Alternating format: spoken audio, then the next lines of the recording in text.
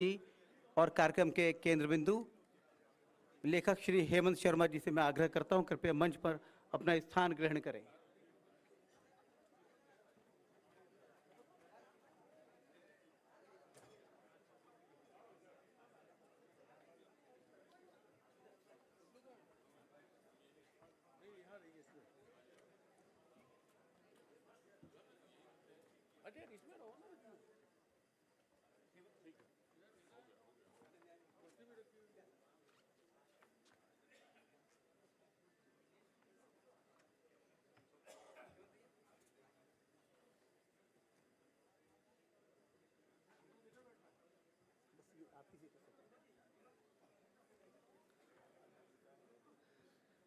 मंच सुशोभित हो गया है।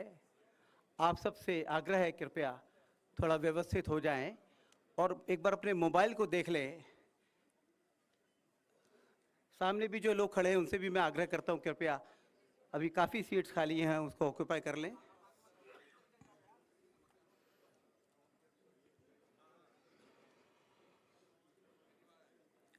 जय सिया राम। प्रभात प्रकाशन द्वारा आयोजित इस लोकार्पण समारोह में आप सबका हार्दिक स्वागत है। श्री राम मंदिर के निर्माण की ऐतिहासिक व गौरवपूर्ण यात्रा को रेखांकित करती प्रसिद्ध लेखक श्री हेमंत शर्मा की सद्य प्रकाशित पुस्तक राम फिर लौटे का लोकार्पण राष्ट्रीय स्वयंसेवक संघ के सरकार्यवाह माननीय श्री दत्तात्रेय होसपाली जी के करकमलों से यहाँ संपन्न होगा। मैं हृदय से उनका स्वागत करता हूँ, अभिनंदन करता हूँ। हमारा सौभाग्य पूज्य स्वामी ज्ञानानंद जी महाराज के पावन सानिध्य में यह कार्यक्रम संपन्न हो रहा है। मैं उनके चरणों में प्रणाम निवेदित करता हूँ। माननीय न्यायमूर्ति हेमंत गुप्ता जी के विशेष आतिथ्य में और माननीय आलोक कुमार जी की अध्यक्षता में यह कार्यक्रम संपन्न होगा। मैं हृदय से उनका स्वागत करता हूं और आज के समारोह के केंद्र बिंदु उत्सव पुरुष श्री हेमंत शर्मा जी का भी हार्दिक अभिनंदन। और इस सभागृह में उपस्थित संस्कृति धर्मी, समाज धर्मी, लेखक, साहित्यकार, संत वृंद, सबके मैं प्रणाम करता हूं। आपका स्वागत करता हूं कि आप इस ऐतिहासिक पुस्तक के लोकार्पण में यहाँ सम्मिलित हुए हैं। मैं सर्वप्रथम मंचस्थ अभ्यागतों से आग्रह करता हूं कि कृपया दीप प्रज्वलन करें और विद्या वाहिनी माँ सरस्वती की प्रतिमा का माल्यार्पण करें।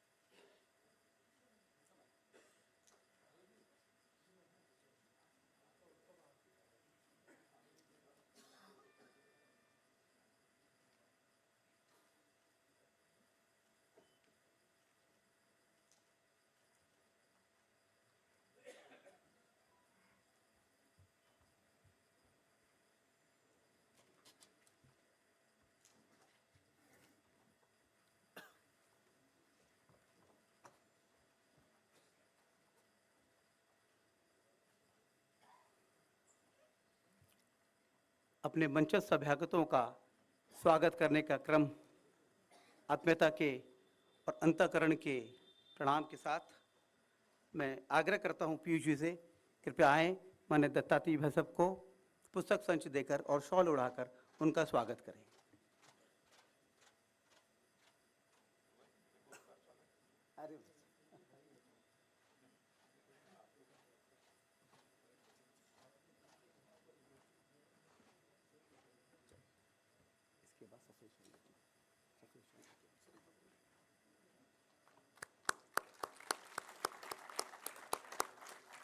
जाओ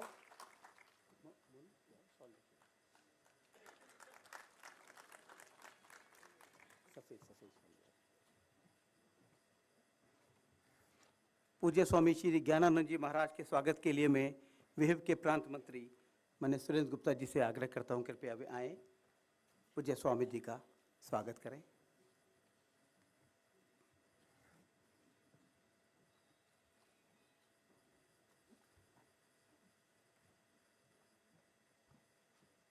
पूज्य स्वामी जी।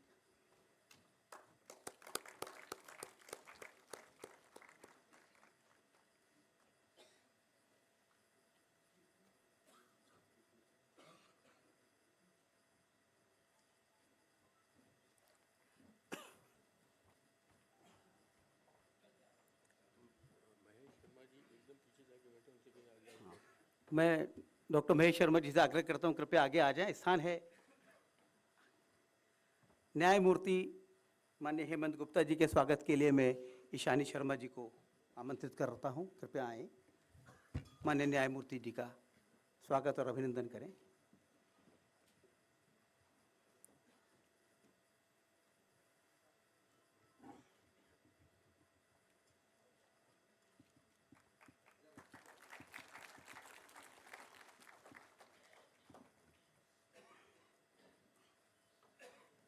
समारोह के अध्यक्ष माननीय आलोक कुमार जी के स्वागत के लिए मैं पारितोष जी को आमंत्रित कर रहा हूं, टीवी 9 के संपादक पारितोष जी।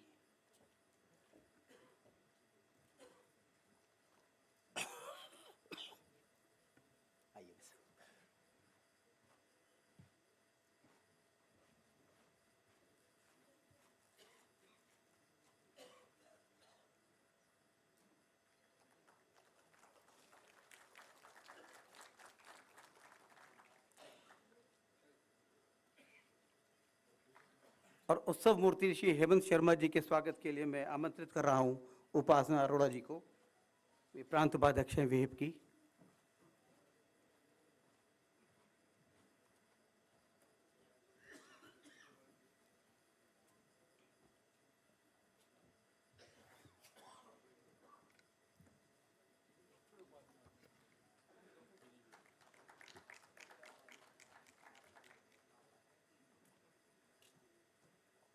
अरे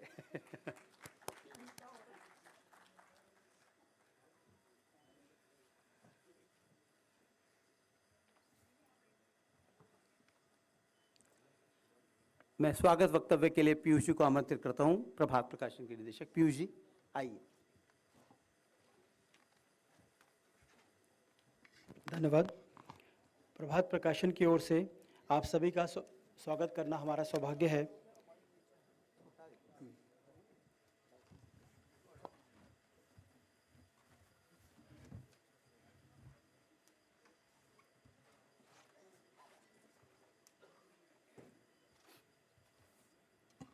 संघ के सरकार्यवाह माननीय दत्तात्रेय होसबोले जी का स्वागत व अभिनंदन, जो एक अग्रज के नाते सदैव हमारा मार्गदर्शन करते हैं।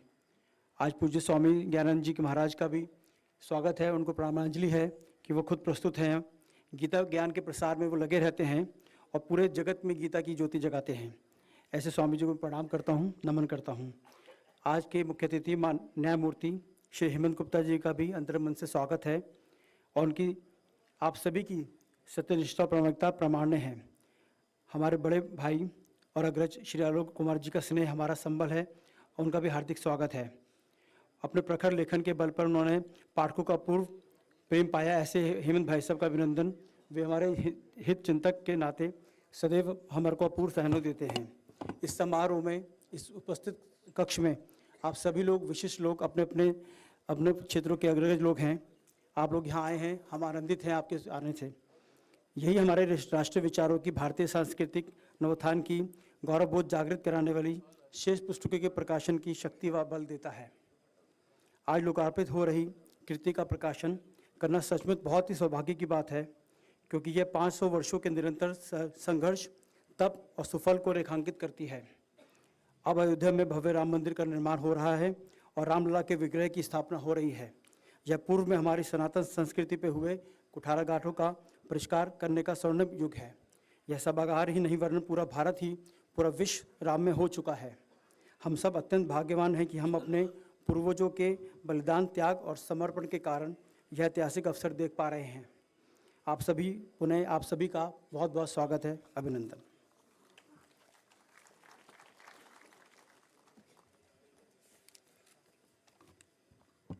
धन्यवाद पीयूष जी। उपस्थित अभ्यागतों, श्री राम विश्व के कोटि कोटि भारतीयों की श्रद्धा और आस्था के केंद्र हैं। वे हमारे हृदय में विराजे हैं। वे हमारे आदर्श और प्रेरणा स्रोत हैं। वे पुरुषोत्तम हैं, अवतारी हैं, समरसता के नायक हैं, मर्यादा के शिखर पुरुष हैं।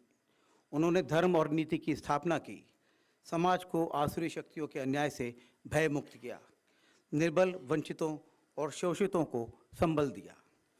मुगल आक्रांताओं ने राम मंदिर तोड़ा, हमारी आस्था पर वे निरंतर प्रहार करते रहे, पर यह हमारे पूर्वजों का पुण्य प्रताप है, उनकी संकल्प शक्ति है कि निरंतर संघर्षरत रहते हुए भी वे अपने स्थान पर अडिग रहे और उसी स्थान पर भव्य राम मंदिर बनाने के लिए अपने प्राणों की आहुति दी। अनेक विघ्न, बाधाएं, संकट आईं, पर पीढ़ियां कृत संकल्पित होकर, समर्पित होकर उसी भाव को जीती रहीं कि रामलला हम आएंगे, मंदिर वहीं बनाएंगे। अब रामलला स्थापित हो रहे हैं, वे अपने भव्य मंदिर में लौट रहे हैं। इस संघर्ष की प्रामाणिक गाथा अत्यंत सजीव और रम्य भाषा में प्रस्तुत करने का महती कार्य किया है प्रसिद्ध लेखक, पत्रकार, संपादक श्री हेमंत शर्मा जी ने।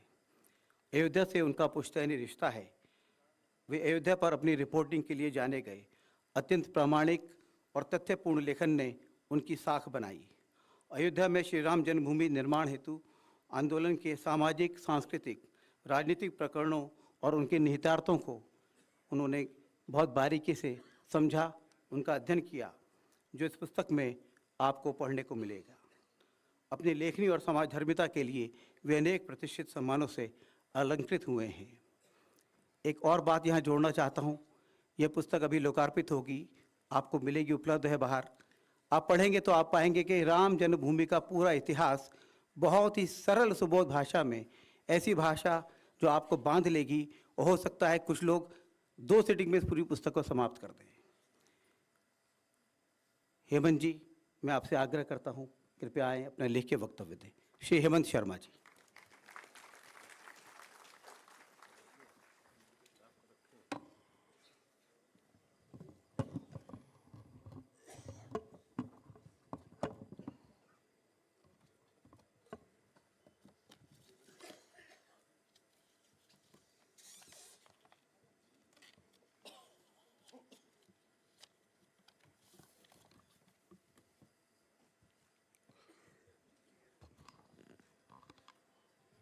भारतीय संस्कृति के अध्येता, विचारक और राष्ट्रीय स्वयंसेवक संघ के सरकार्यवाह आदरणीय दत्ता जी, पूज्य स्वामी ज्ञानानंद जी, योर लॉर्डशिप न्यायमूर्ति श्री हेमंत गुप्ता जी, विश्व हिंदू परिषद के अंतर्राष्ट्रीय कार्याध्यक्ष श्रद्धेय आलोक कुमार जी, मंच से नीचे मेरे सामने बैठे उत्तर प्रदेश भारतीय जनता पार्टी के अध्यक्ष भूपेंद्र चौधरी जी, उत्तर प्रदेश के उप मुख्यमंत्री ब्रिजेश पाठक जी, उत्तर प्रदेश के आयुष मंत्री दयाशंकर जी, पीछे कहीं बैठे doctor Mahesh Sharma ji, supreme court bar association के जनरल सेक्रेटरी प्रदीप राय जी, मेरे संपादक द्वय राहुल देव जी, राम बहादुर राय जी, बलबीर पुंज जी, इस देश के सबसे बड़े news network TV9 news network के प्रमोटर रामू राव जी, उस नेटवर्क के managing director doctor Varun Das ji, इस सभागृह में उपस्थित विद्वज्जन और संतों को मैं प्रणाम करता हूँ।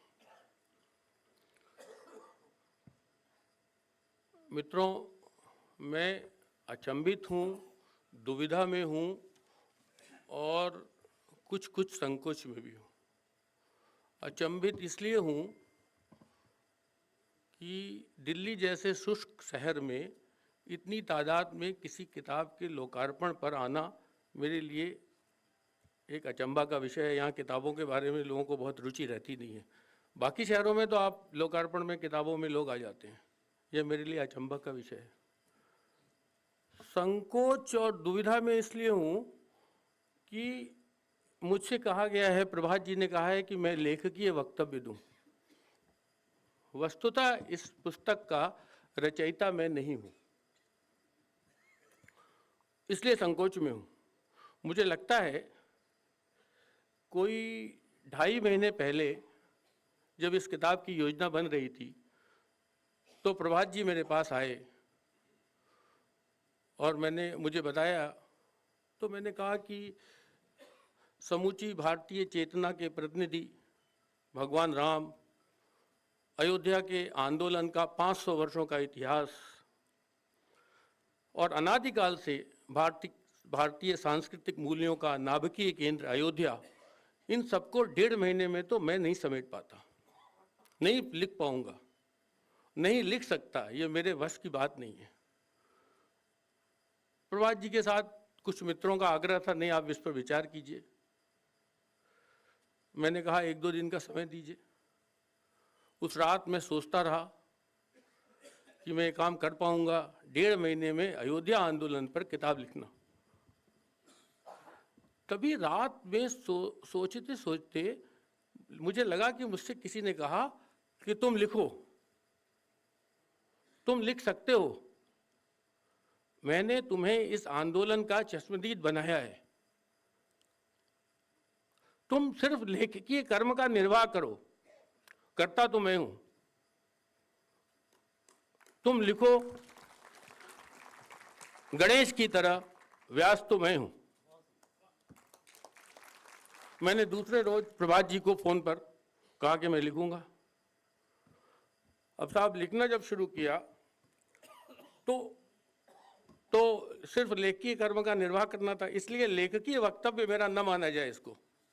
यह मेरे लिए वैसा ही है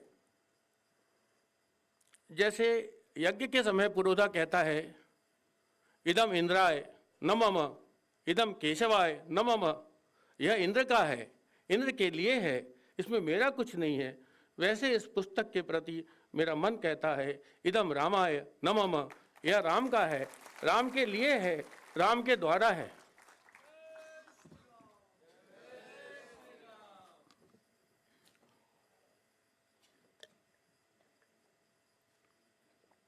मुझसे राम जी ने लिखवा लिया।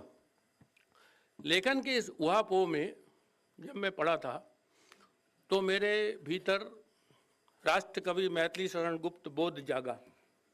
दत्ता जी, वो बोध है, राम तुम्हारा चरित्र स्वयं ही काव्य है, कोई कवि बन जाए सहज संभाव्य है। तो इस बोध से मैं लेखक बन गया।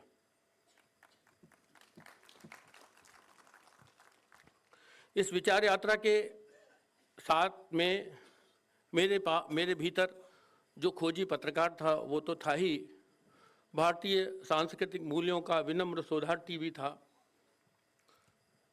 दोनों साथ साथ चले। इसलिए यह किताब भारतीय चेतना पर राम के प्रभाव का आधुनिक संदर्भों में समझने का प्रयास भी है और साक्षी भाव से अयोध्या, मंदिर आंदोलन, राम पर लिखा गया एक क्रॉनिकल भी है। मुश्किल काम था, जैसा देखा वैसा लिखना।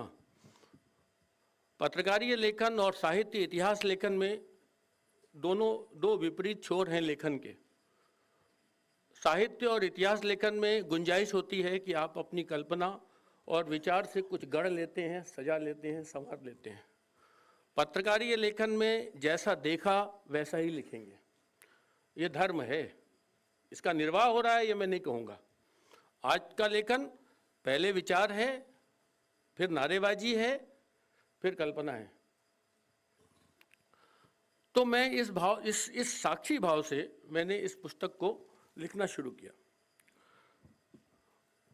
मेरे भीतर का पत्रकार मेरे कंधे पर सवार था हमेशा और मुझे कोचता रहा कि साक्षी बने रहो, आग्रह और दुराग्रह से परे लिखो।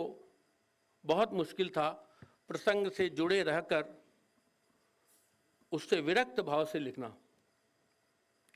लेकिन जैसा अभी प्रभात जी ने बताया, मैंने अयोध्या आंदोलन के लगभग सभी पड़ाव, मोड़ और मंजिलों को देखा है।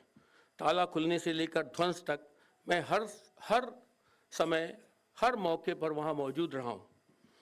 सिवाय 1528 के, जब बाबर ने उस मंदिर को तोड़ा था, और 22 दिसंबर 1949 की रात जब वहाँ मूर्तियाँ प्रकट हुईं या रखी गईं।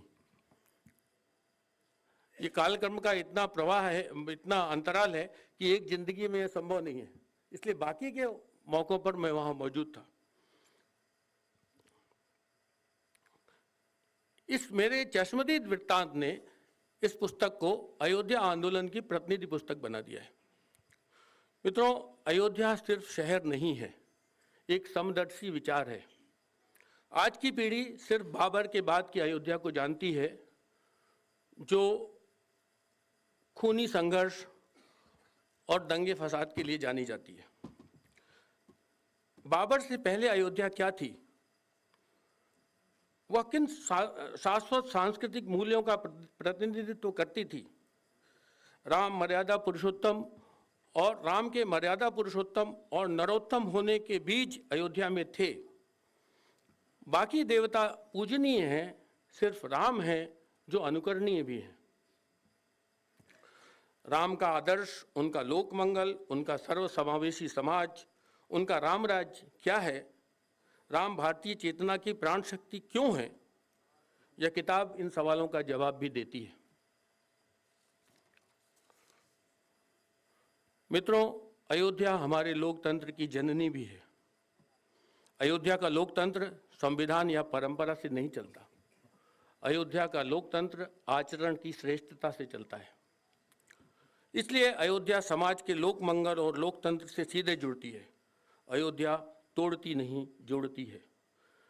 राम जिस मर्यादा, शील और विनय के लिए जाने जाते हैं, अयोध्या उसका बीज केंद्र है। किताब का पहला अध्याय यही है। इस पुस्तक के लेखन प्रक्रिया ने मेरी चेतना को दो स्तरों पर गतिमान किया। एक था राम मंदिर आंदोलन की यात्रा, दूसरी थी राम तत्व का अनुशीलन, जो हर भारतीय को पुरुष से पुरुषोत्तम की यात्रा के लिए प्रेरित करती है। ये दोनों धाराएं अब अयोध्या के भव्य राम मंदिर में संयोजित हो रही हैं। अयोध्या में राम का पुनरागमन, मुझे लगता है, यह देश के सांस्कृतिक पुनरुत्थान की पृष्ठभूमि होगा। मित्रों, किताब में इतिहास भी है, दर्शन भी है। राम वह जीवनी शक्ति हैं जो हर युग के संघर्ष में जीते हैं और जीतते हैं। किताब का मकसद राम तत्व, रामत्व और पुरुषोत्तम स्वरूप की विराटता से लोगों को परिचित कराना है। राम क्या है? धर्म है। धर्म क्या है? राम है। वस्तुतः राम शरीरधारी धर्म है। मनुष्य के लिए जो भी सर्वोत्तम है वो राम है। इस किताब का दूसरा अध्याय इसी राम तत्व पर केंद्रित है। तीसरे अध्याय में राम की सार्वभौमिकता की चर्चा है। कैसे राम का महानायकत्व देश की सीमा तोड़कर उन्हें विश्वव्यापी, सार्वकालिक और सार्वजनीन बनाता है। दुनिया के 70 देशों में कोई 300 राम कथाएं मिलती हैं। इस अध्याय में राम के वैश्विक संदर्भ मिलते हैं। चौथा अध्याय राम जन्म स्थान के 500 साल के खूनी संघर्ष की कहानी कहता है। बाबर ने मंदिर तोड़ा, फिर मुगल गए, अंग्रेज आए, अंग्रेज गए तो देसी अंग्रेज आए। इस अध्याय में इन सब का राम जन्मभूमि विवाद पर के प्रति व्यवहार, उन्हें टालने और लटकाने की प्रवृत्ति का वर्णन है। कैसे अयोध्या वोट बैंक की राजनीति का खिलौना बन गई, फिर कार सेवकों पर बर्बर गोली कांड हुआ, देश का सब्र टूटा और ढांचा गिर गया। 5वें अध्याय में भूगर्भ की गवाही है, जिसने अदालत को फैसले के लिए मजबूर किया। आप जान सकते हैं कि अदालतों ने भी 150 साल तक इस मामले को लटकाए रखा। कैसे और किन परिस्थितियों में भारतीय पुरातत्व सर्वेक्षण ने जमीन के नीचे खुदाई कर पुराने मंदिर के अवशेष ढूंढ निकाले और अदालत फैसला देने पर मजबूर हुई, यह कहते हुए कि हाँ, यह ढांचा किसी मंदिर के अवशेष पर निर्मित है। 6ठे अध्याय में जो मंदिर है उसकी विराटता, उसकी खासियत और उसकी नवैयत है। 7वें में उन साधकों का जिक्र है जिनके बिना राम मंदिर आंदोलन का इतिहास पूरा नहीं होता। ये लोग इस भव्य मंदिर में नींव के पत्थर हैं जो दिखते नहीं हैं, पर इस विराट मंदिर की नींव वही है, इसलिए इनसे आपकी जान पहचान जरूरी है। 8वां अध्याय मंदिर विवाद का कालक्रम यानी टाइमलाइन है, कब कब क्या क्या हुआ, आपकी उंगलियों पर इतिहास होगा। थोड़ी देर में किताब आपके सामने होगी, आप स्वयं इसका मूल्यांकन करें। अच्छा लगे तो राम जी की जय जय करें, कुछ गलती हो तो दोषी मैं होऊंगा। राम आप सब में रमे, आप राम में रमे। नमस्कार।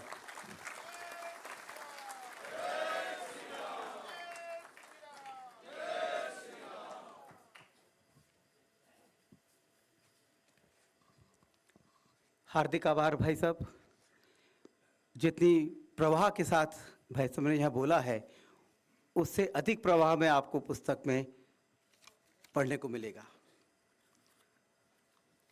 न्यायमूर्ति श्री हेमंत गुप्ता जी राष्ट्रीय महत्व के संस्थान इंडिया इंटरनेशनल आर्बिट्रेशन सेंटर के अध्यक्ष हैं। आप सर्वोच्च न्यायालय के सेवानिवृत्त न्यायाधीश हैं। 1997 से 1999 तक आप पंजाब सरकार के एडिशनल एडवोकेट जनरल रहे। 2002 से 2016 तक पंजाब व हरियाणा उच्च न्यायालय में जज रहे। 2016 में पटना उच्च न्यायालय में पदस्थ हुए और 2017 तक वहां कार्यवाहक मुख्य न्यायाधीश के रूप में कार्य किया। तदुपरांत मध्य प्रदेश उच्च न्यायालय के आप मुख्य न्यायाधीश बने। नवंबर 2018 में सर्वोच्च न्यायालय के न्यायाधीश नियुक्त हुए और अक्टूबर 2022 तक पदस्थ रहे। आपने समाज हित के अनेक महत्वपूर्ण निर्णयों पर ऐतिहासिक निर्णय लिए हैं। मैं उनसे आग्रह करता हूं, कृपया आए, हमें संबोधित करें। माननीय न्यायमूर्ति हेमंत गुप्ता जी।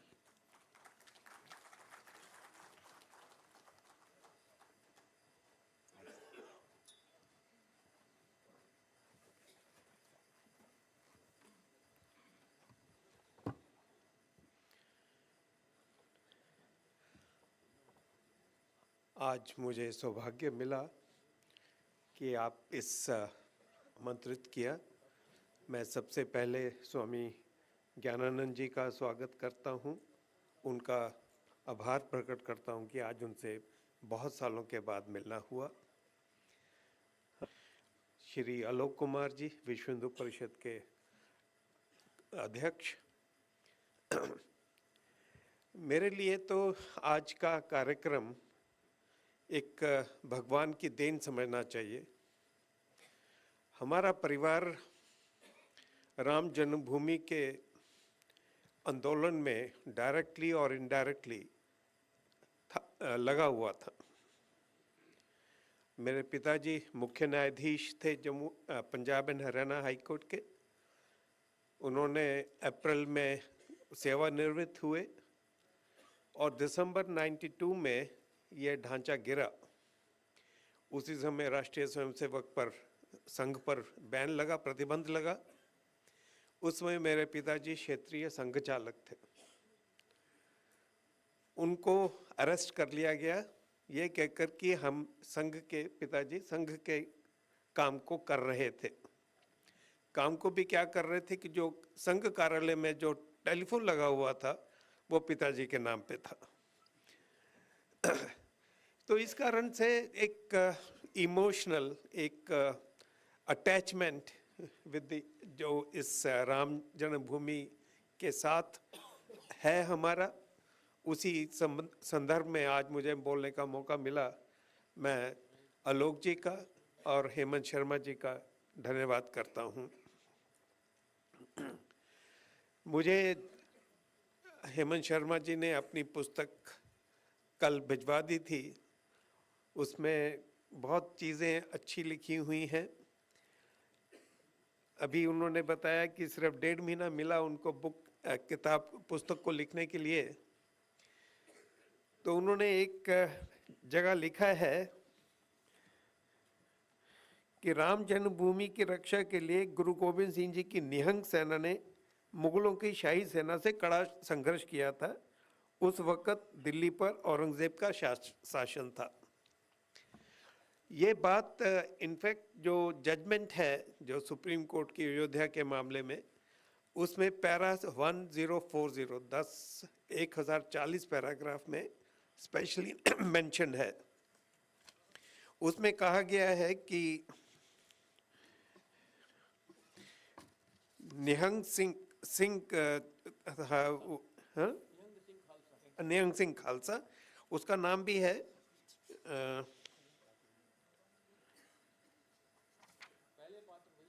हाँ, सबसे पहले उन्होंने उसका किया और उन्होंने जो कहा था,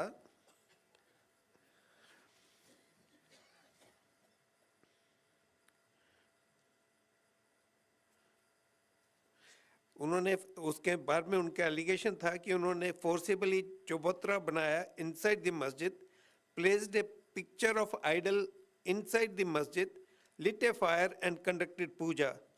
He has written the words Ram Ram with coal on the walls of the masjid. तो पहली जो कंटेम्प्रेरी वर्ड के अंदर जो एक फ्रीडम उसका राम जन्मभूमि को मुगलों से निकालने का जो काम किया, वो एक हमारे सिख साथी निहंग ने किया था। इस बात का मेरे को किताब पढ़ रहा था तो ये ध्यान में आया कि ये तो जजमेंट में मेंशन है, तो उसी कारण से मैंने कहा कि आज सबको बताते हैं।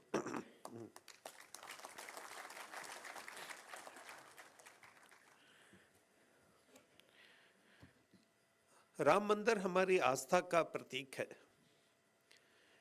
ये उनसे हमें ध्यान रखना पड़ेगा। हमें अपने आप को, राम मंदिर को अपने आप को बचा कर रखना होगा, अपने आप को समर्थ बनाना होगा कि ऐसी शक्तियों को हम अपने ऊपर ओवरऑल ना कर सकें। वो इस बात के लिए भी हमें ध्यान रखना पड़ेगा।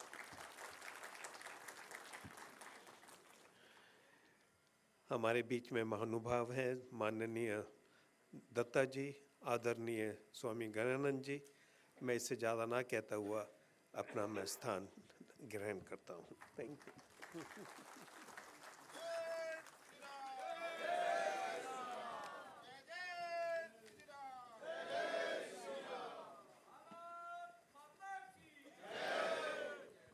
धन्यवाद माननीय न्यायमूर्ति जी। मित्रों, अब वह क्षण आ गया है जिसके लिए हम यहाँ एकत्र हुए हैं। मैं इस सम्मानित मंच से आग्रह करता हूँ, माननीय दत्ता जी से आग्रह करता हूँ कि कृपया राम फिर लौटे का लोकार्पण करें। पीयूष जी, आप भी आइए।